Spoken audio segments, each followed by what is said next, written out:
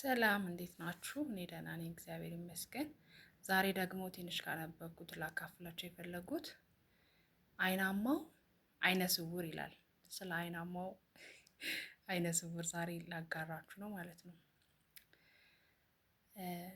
ሁለት ሰዎች በአንድ ሆስፒታል ክፍል ውስጥ አልጋ ይዘው ተኝተዋል። ሁለቱም በጠና ታመው በአምላክ እጅ ተይዘዋል። አንደኛው ሳምባው የቋጠረውን ውሃ ለማድረግ ሲባል ለሰዓታት ያህል አልጋው ላይ ቁጭ እንዲል ይደረጋል። ከመስኮት አጠገብ ነው። ሌላኛው ህመምተኛ ደግሞ በተቃራኒው ለሰዓታት በጀርባው እንዲተኛ ይደረጋል። እነዚህ ህሙማን በቆይታቸው ብዙ ተጨዋውተዋል።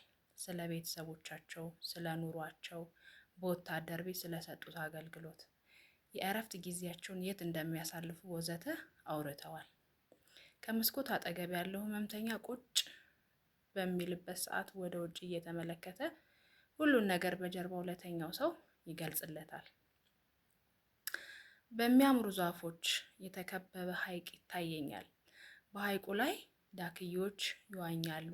ህፃናት ደግሞ ከወረቀት የሰሩትን መርከቦች በሐይቁ ዳርቻ በማስቀመጥ ይጫወታሉ። ፍቅረኛሞች በአንድ እጆቻቸው አበባ በሌላው ደግሞ ታቅፈው ሐይቁን ይዞራሉ። ከሐይቁ ባሻገር ውብ የሆነ ከተማ ይታየኛል። ህፃናቶችም በደስታ ይቦርቃሉ በማለት ዘወትር የሚያየውን ሁሉ በሚያምር አገላለጽ ይተርክለታል።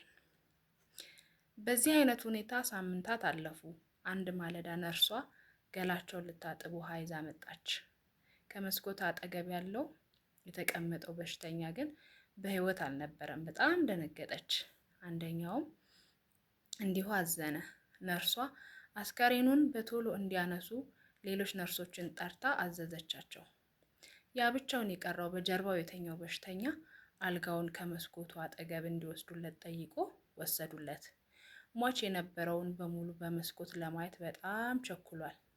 ቀና ብሎ ወደ ውጪ ተመለከተ። ከመስኮቱ ባሻገር ያለው ጥቁር ቀለም የተቀባ ግድግዳ ብቻ ነው። ደነገጠ። ምን ሆንክ አለችው ነርሷ። ሰውየው ብዙ አስደሳች ነገሮችን በዚህ መስኮት አሻግሮ ይመለከት ነበር አላት። እረ ሰውየው ማየት የማይችል አይነ ስውር ነበር ስትል በመገረም መለሰችለት። ልብ የሚነካ ነገር። ስቅስቅ ብሎ አለቀሰ። ለካስ እሱን ለማስደሰት እና የመኖር ተስፋ ለመስጠት ነበር ያን ሁሉ ነገር ፈጥሮ የሚያወራው። አንዱን ለማጠንከር ወይም ለማበረታታት የኛ ጥንካሬና ብርታት አስፈላጊ ነው። ለሰዎች ደግ ነገር በማድረግ የተጨነቀ አእምሯቸውን እረፍት እንስጠው ይላል ታሪኩ። አሁን ከዚህ ምን እንደተረዳችሁ ብቻ በአጠቃላይ ምን እንደተረዳችሁ ኮሜንት ላይ አስቀምጡልኝ። አመሰግናለሁ ስለ አስተያየታችሁ።